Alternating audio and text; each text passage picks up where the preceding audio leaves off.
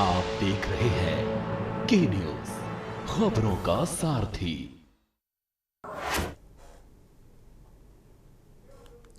नमस्कार, मैं हूं मनोज मानस। हमारे स्पेशल बुलेटिन में आपका स्वागत है और सबसे पहले हम बात करेंगे नितिन नवीन के दौरे के मायने।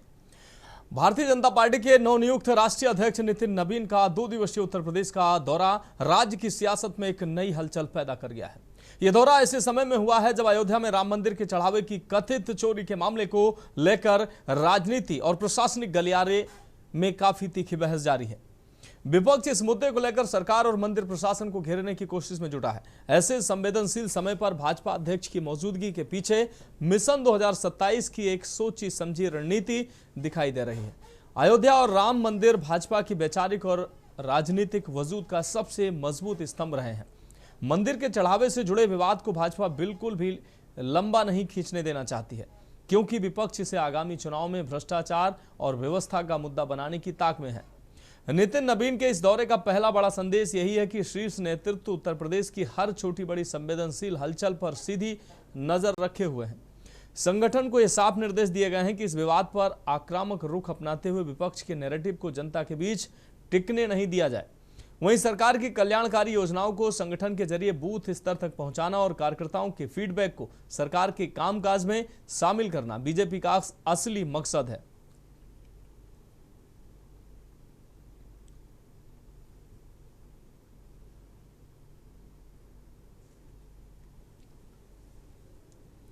तो नितिन नवीन के दौरे के कई मायने हैं। आपको बता दें, जिस तरीके से 2027 की तैयारी में भारतीय जनता पार्टी जुड़ी हुई है, राम मंदिर में चंदा विवाद कहीं ना कहीं राजनीतिक सुर्खियां बना हुआ है। ऐसे में राष्ट्रीय अध्यक्ष नितिन नवीन का ये दौरा काफी मायने रखता है।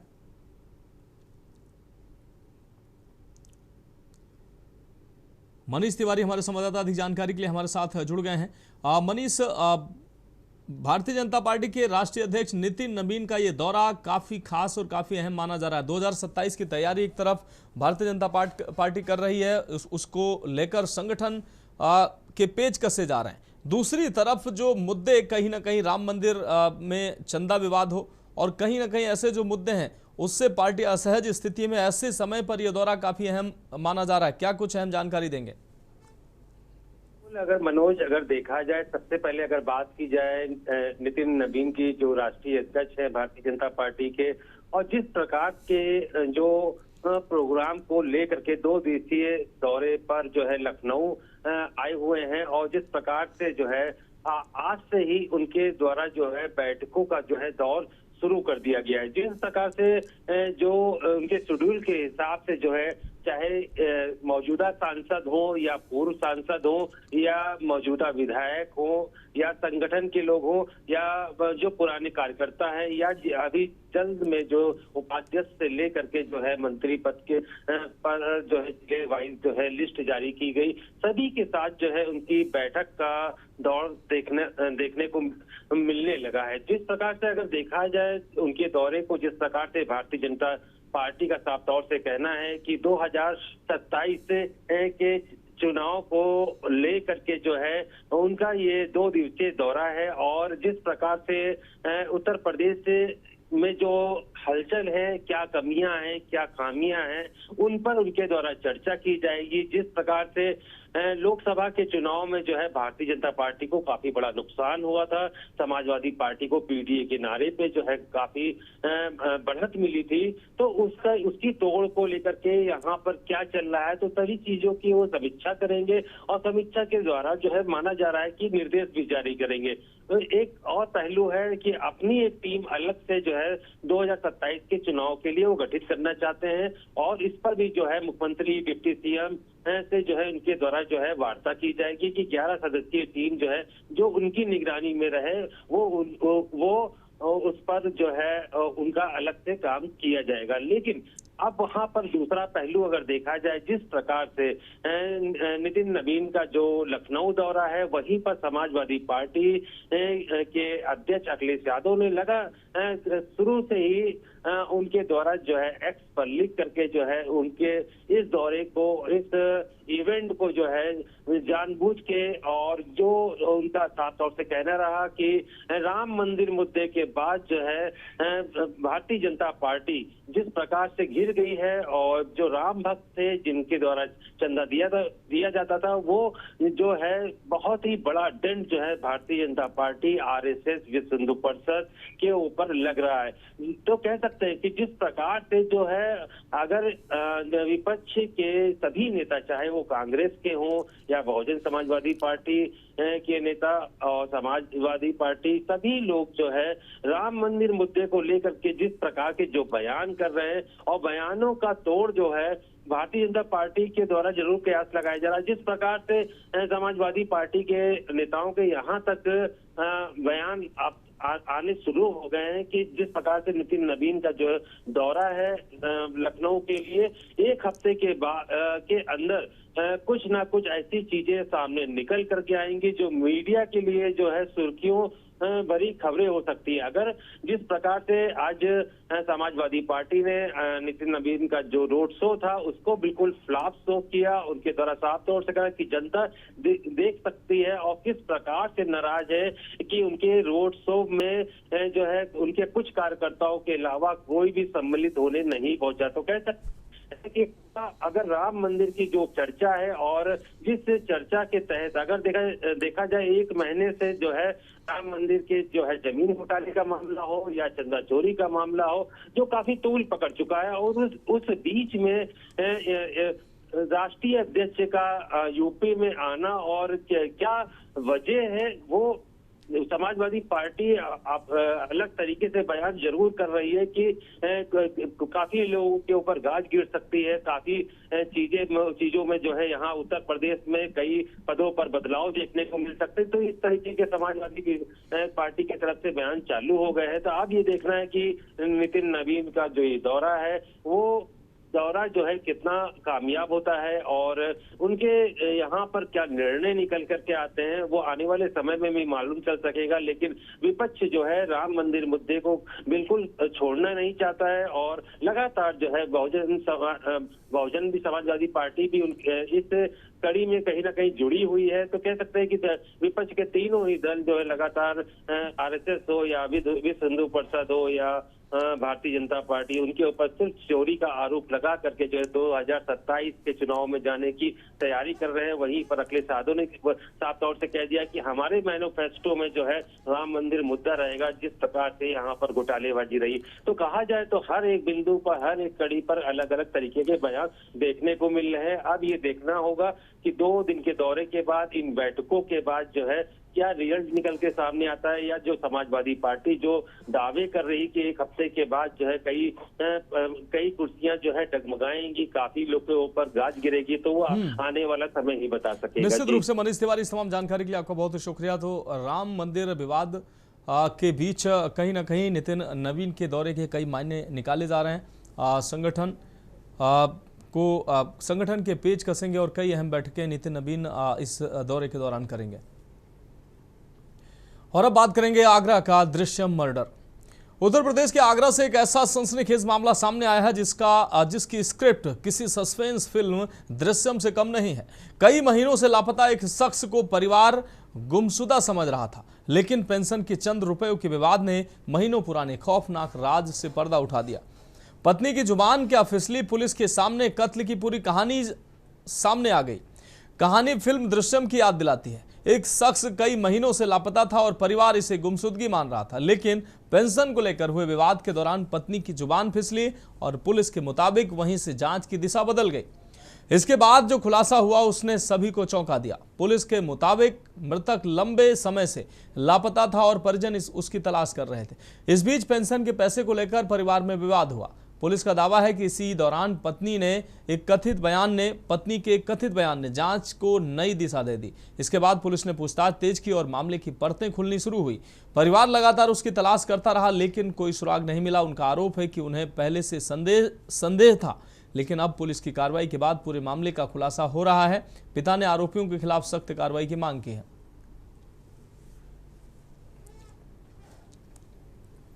तो रिश्तों का कत्ल, पेंशन पर जंग। दिनांक 26/5/2026 को थाना सिकंदरा पे एक सुरेंद्र शर्मा नामक व्यक्ति की गुमशुदगी दर्ज की गई। इस गुमशुदगी के क्रम में पुलिस द्वारा जांच की गई तो यह पाया गया कि मृतक की पत्नी द्वारा ही मृतक को मार के अपने बाथरूम में गाड़ दिया गया है एवं फर्श बनवा दी गई है। पुलिस द्वारा विधिक कार्रवाई करते हुए बाथरूम की फर्श तोड़ी गई एवं शव को बरामद किया गया। शव को पंचायतनामा करके पोस्टमार्टम हेतु मॉर्चरी भेज दिया गया है और अभियुक्ता को, जो कि मृतक की पत्नी है, उनको हिरासत में लेकर पूछताछ की जा रही है। अन्य विधिक कार्रवाई अमल में लाई जाएगी। सर, ये इसकी वाइफ करीबन 1.5 महीने से यहाँ पर ये बोलती आ रही है कि मतलब मेरा आदमी मतलब लापता है, कोई पता नहीं है। मगर इनके घर पे रोजाना का यही मैटर था। आए दिन इनके घर में लड़ाइयाँ होती थी। आदमी दारू पीने के चक्कर में अपनी वाइफ में मार लगाता था कि पैसे दे मुझे, कहीं से भी लाके पैसे दे। इस चक्कर में इन दोनों में आपस में काफ़ी विवाद होता था और आदमी की जो कंडीशन थी वो कोई काम वाम करता नहीं था, कुछ करता नहीं था। पहले डिलीवरी हुआ था? हाँ, डिलीवरी बॉय था। करीबन उसने 1-1.5 महीने उसने डिलीवरी बॉय का काम किया जोमेटो के अंदर। ये करीबन 1.5 महीने से गुमशुदा की उसमें था। इसकी गुमशुदा की रिपोर्ट लेकर रखी थी 1.5 महीने से। भाई है? हाँ, मेरा खास छोटा भाई। उसके बाद क्या हुआ? उसके बाद ये है कि इसके वाइफ का मुझे थोड़ा सा डाउट हुआ, क्योंकि ये बार बार में किसी न किसी बात पर लेकर झूठ बोलती थी। तो मैंने उसकी थोड़ी तहकीकात करी। तहकीकात करने के बाद में मैंने बैंक स्टेटमेंट्स वगैरह निकलवाए, इनके मांगे जो हैं। तो उसके आधार पर मैंने इससे करीब पूछा मैंने कि अगर तुझे कोई परेशानी है या किसी भी चीज़ से तू डर रही है या कोई तूने करा है या वो तुझसे कुछ कह के गया है तो मुझे बता, मैं तेरी मदद करूंगा। एक दिल दहलाने वाला मामला सामने आया, जहां एक पत्नी ने अपने पति की हत्या कर दी और उसके शव को घर के ही बने बाथरूम के नीचे दबा दिया। फिलहाल उस घर के बाहर खड़े हैं, देख सकते हैं यही वो घटना स्थल है। और अभी फिलहाल घर के बाहर ताला लगा हुआ है, क्योंकि पुलिस ने शव को बाहर निकाला। उसके बाद अभी पुलिस अपनी जांच में जुड़ दी है। यही वो सामने जो गेट दिखाई दे रहा है वही बाथरूम है और उसी बाथरूम के अंदर पति का शव तकरीबन 18 मई से वो शव बाथरूम के फर्श के नीचे ही रहा। और पूरी घटना इस तरह से बताई जा रही है कि 18 मई को पति जो सुरेंद्र है, मृतक जो सुरेंद्र है, उसकी पत्नी रूबी ने बताया कि पति 18 मई से गायब है और 26 मई को आगरा के थाना सिकंदरा में गुमशुदगी दर्ज कराई। उसके बाद लगातार पुलिस के संपर्क में जो पत्नी है वो लगातार थी और उसका कहना ये था कि पति मेरे कहीं चले गए हैं, मिल नहीं रहे हैं। लेकिन जिस तरह से पुलिस लगातार खोजबीन कर रही थी और मृतक का जो भाई है, मृतक के भाई लगातार अपने भाई की पत्नी से पूछ रहे थे क्या ऐसी वजह है, अगर तुम्हें कुछ मालूम है तो बताओ। तो मृतक के भाई ने बताया कि आज सुबह उसने बताया कि हमारे पति घर पर ही हैं और घर पर जब देखा गया तो वो घर पर नजर नहीं आ रहे थे। उसके बाद पुलिस को सूचना दी। पुलिस ने मौके पर आकर पत्नी की निशानदेही पर बाथरूम के जो फर्श है उसको तोड़वाया और तोड़वाने के बाद पूरा शव कंकाल के रूप में तब्दील हो चुका था। फिलहाल शव को निकाल लिया गया है और पत्नी को हिरासत में ले लिया गया है और आगे की पूछताछ पुलिस कर रही है। लेकिन जिस तरह की महिलाओं के द्वारा जो अपराध किए जा रहे हैं उसके चलते कहीं ना कहीं एक माहौल अलग देखा जा रहा है। अजिन चौहान, के न्यूज, आगरा। पति को मौत की घाट उतारकर बाथरूम में उसको दफना दिया गया। इस खबर पर अधिक जानकारी के लिए अजेंद्र चौहान हमारे संवाददाता आगरा से हमारे साथ जुड़ चुके हैं। अजेंद्र, आगरा से ये हैरान करने वाली जो घटना सामने आई है, पत्नी ने ही पति को मौत के घाट उतारकर बाथरूम में दफना दिया। उसके बाद जो पूरी कहानी है वो गुमशुदगी की महीनों तक घूमती रही। अब पत्नी की ही जुबान फिसली और कहीं ना कहीं पूरी कहानी पलट गई। क्या है पूरा मामला?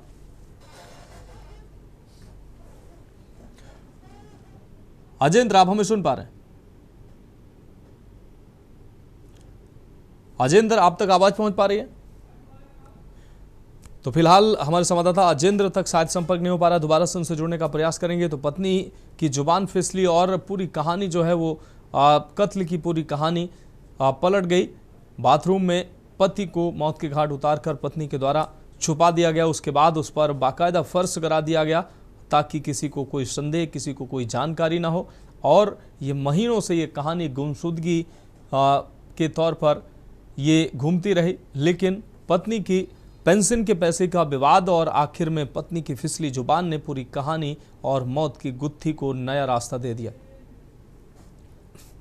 और इस खबर पर अधिक जानकारी के लिए अजेंद्र चौहान हमारे संवाददाता एक बार फिर से हमारे साथ जुड़ चुके हैं। अजेंद्र, आगरा से हैरान करने वाला मामला सामने आया, जहां पत्नी ही अपने पति की कातिल निकली और पति की हत्या कर बाथरूम में उसके शव को छुपा दिया गया। और आखिर में अब जब इसका खुलासा हुआ है तो ये हैरान करने वाला मामला सामने आया है। क्या कुछ अहम जानकारी सामने आ रही?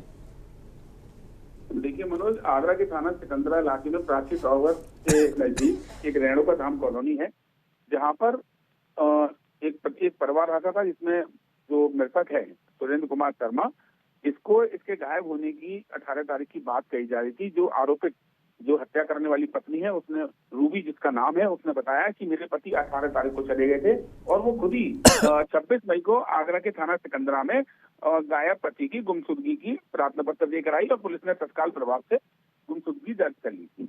अब बड़ी बात यह रही कि पिछले 45 दिन तक वो पत्नी पुलिस को गुमराह करती रही और अपने परिवारजनों को गुमराह करती रही और अपने ससुरालजनों को भी गुमराह करती रही। लगातार पुलिस छानबीन करती रही, सीसीटीवी कैमरे देखती रही, लेकिन पत्नी ने अपनी चुप्पी नहीं तोड़ी।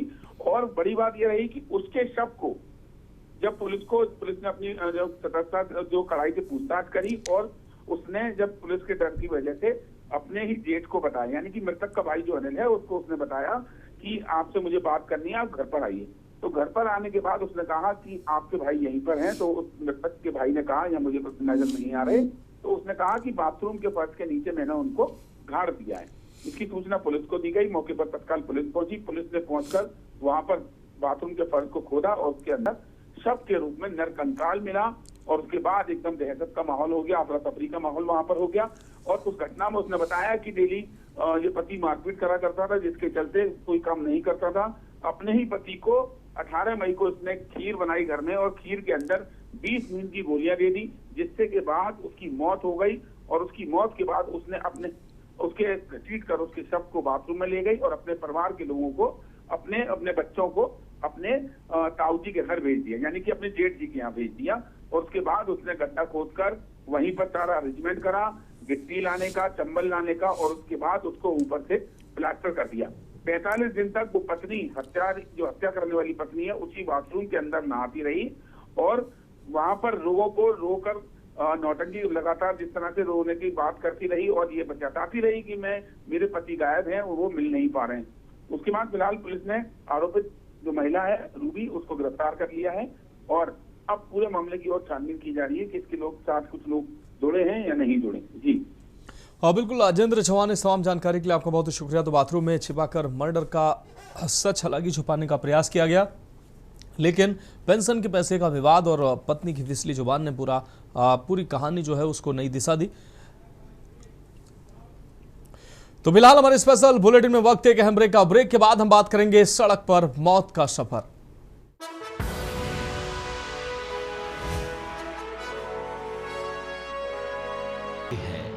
के न्यूज़, खबरों का सारथी।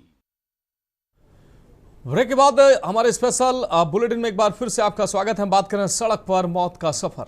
हापुड़ में लापरवाही और यातायात नियमों की अनदेखी से जुड़े 2 वीडियो सोशल मीडिया पर तेजी से वायरल हो रहे हैं। आपको बता दें, पहले वीडियो में पिलखुआ क्षेत्र के हाईवे पर यात्री बस की छत पर बैठकर जान जोखिम में डालकर सफर करते नजर आ रहे हैं।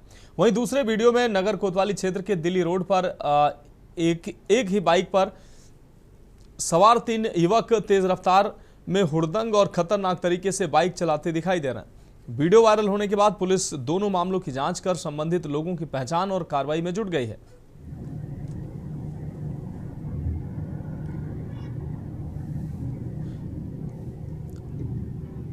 और अनुज चौधरी हमारे संवाददाता हापुड़ से अधिक जानकारी के लिए हमारे साथ जुड़ गए हैं। अनुज, बस की छत हो या बाइक के माध्यम से सड़क पर मौत का जो सफर है ये तय किया जा रहा है, प्रशासन ने इस पर संज्ञान लिया, क्या कुछ अहम जानकारी सामने आई? जी मैं बताना चाहूंगा कि बस की छत पर बैठकर यात्री कर रहे सवार एक युवक ने वीडियो बनाकर कर दी सोशल मीडिया पर जमकर वायरल हो रही है। ये पिलखुआ थाना क्षेत्र की बताई जा रही है। पुलिस इस मामले की गहनता से जांच कर बस वाले के खिलाफ और जो छत पर बैठे युवकों के खिलाफ कार्रवाई में जुट गई है। वहीं दूसरी वीडियो हापुड़ नगर दिल्ली रोड की बताई जा रही है, जहां युवक बाइक सवार युवकों को बारीकी से जांच कर बाइक पर कार्रवाई और युवकों पर कार्रवाई में जुट गई है और उम्मीद है कि हापुड़ नगर पुलिस जल्द से जल्द इनको गिरफ्तार करेगी।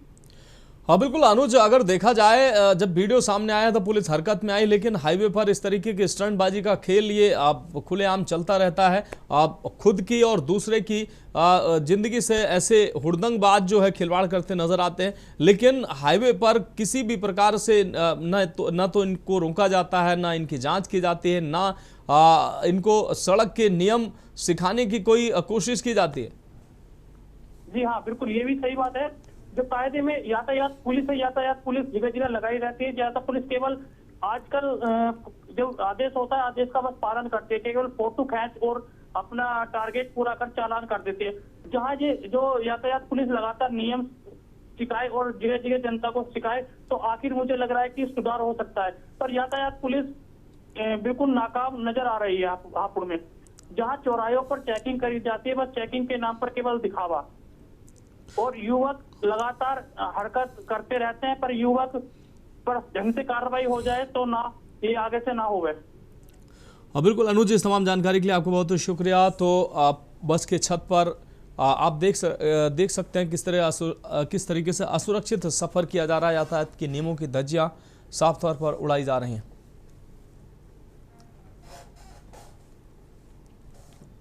और अब बढ़ेंगे अगली खबर की ओर। उत्तर प्रदेश के फिरोजाबाद जिले से एक हैरान करने वाला मामला सामने आया है।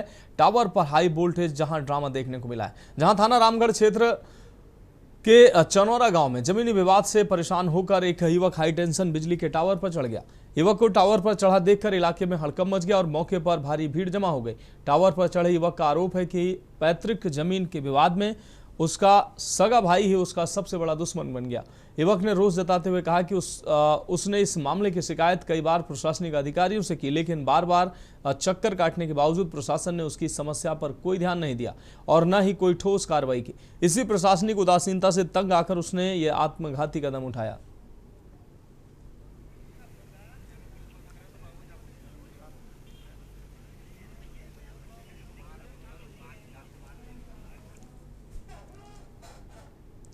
और अगली खबर बाराबंकी से है, जहां विद्यालय निर्माण में गड़बड़ झाला और दीवारों पर दरारें देखने को मिली हैं।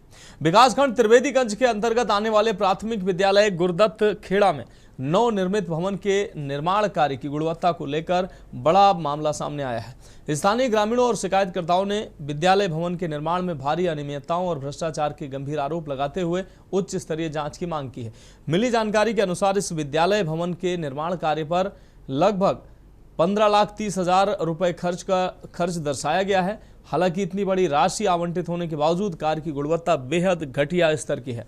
स्थानीय लोगों का आरोप है कि भवन बनने के तुरंत बाद ही इसकी दीवारों में बड़ी बड़ी दरारें हो गईं, जिससे कभी भी कोई बड़ा हादसा हो सकता है। शिकायतकर्ताओं का सीधा आरोप है कि निर्माण कार्य में बड़े पैमाने पर वित्तीय हेराफेरी की गई है और निकाली गई सरकारी धनराशि का एक बड़ा हिस्सा भ्रष्टाचार की भेंट चढ़ गया है। इस पूरे मामले में विद्यालय के प्रधानाध्यापक पप्पू कुमार को मुख्य रूप से कटघरे में खड़ा किया गया है और उन पर भ्रष्टाचार के सीधे आरोप लगे हैं।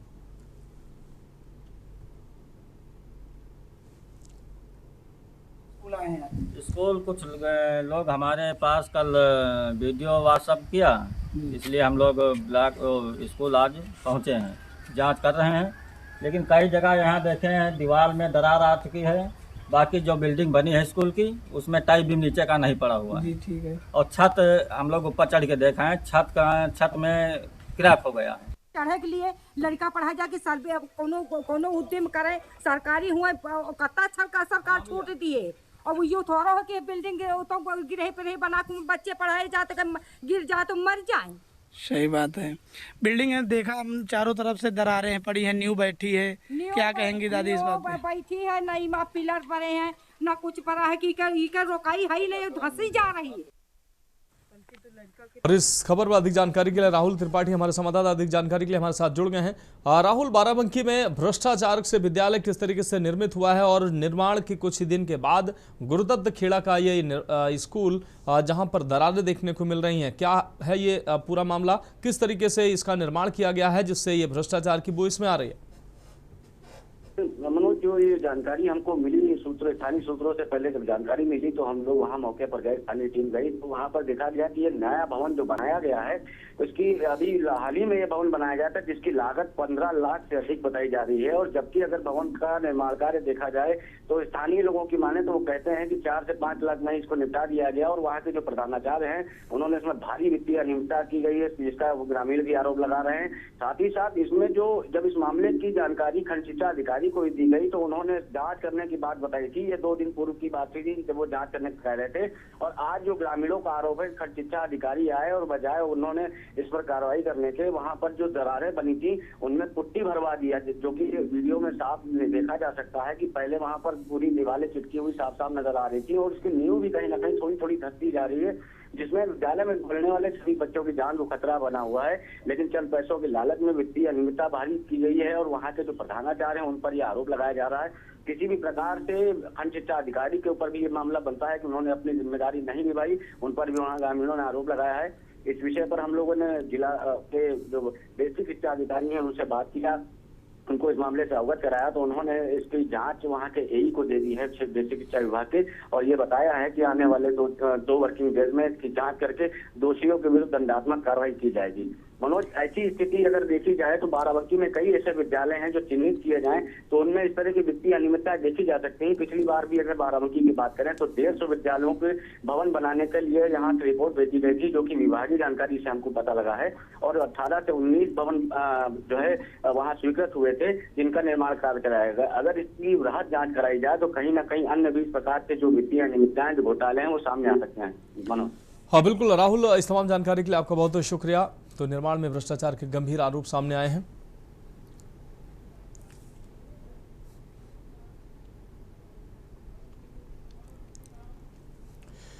और अब बात करेंगे सामूहिक विवाह में फर्जीवाड़ा हुआ एक्शन। खबर कन्नौज से है, जहां मुख्यमंत्री सामूहिक विवाह योजना के तहत फर्जी विवाह कराने के मामले में कोर्ट के आदेश पर डीएम कार्यालय के 4th श्रेणी कर्मचारी वेद प्रकाश समेत 3 महिलाओं के खिलाफ मुकदमा दर्ज किया गया है। आरोप है कि शादीशुदा युवक को फोटो खिंचवाने के बहाने कार्यक्रम में बुलाकर मंडप में बैठा दिया गया और उसी के मोबाइल नंबर से रजिस्ट्रेशन भी किया गया। युवक के विरोध और शिकायत के बाद मामले का खुलासा हुआ। ये पूरा मामला 23 मार्च 2026 को तिरवा क्षेत्र में आयोजित सामूहिक विवाह कार्यक्रम से जुड़ा बताया गया। तो सामूहिक विवाह योजना में फर्जीवाड़ा साफ तौर पर देखने को मिला है। फिलहाल हमारे स्पेशल बुलेटिन में अभी के लिए मेरे साथ इतना ही। मुझे दीजिए इजाजत और आप देखते रहिए के न्यूज़ इंडिया।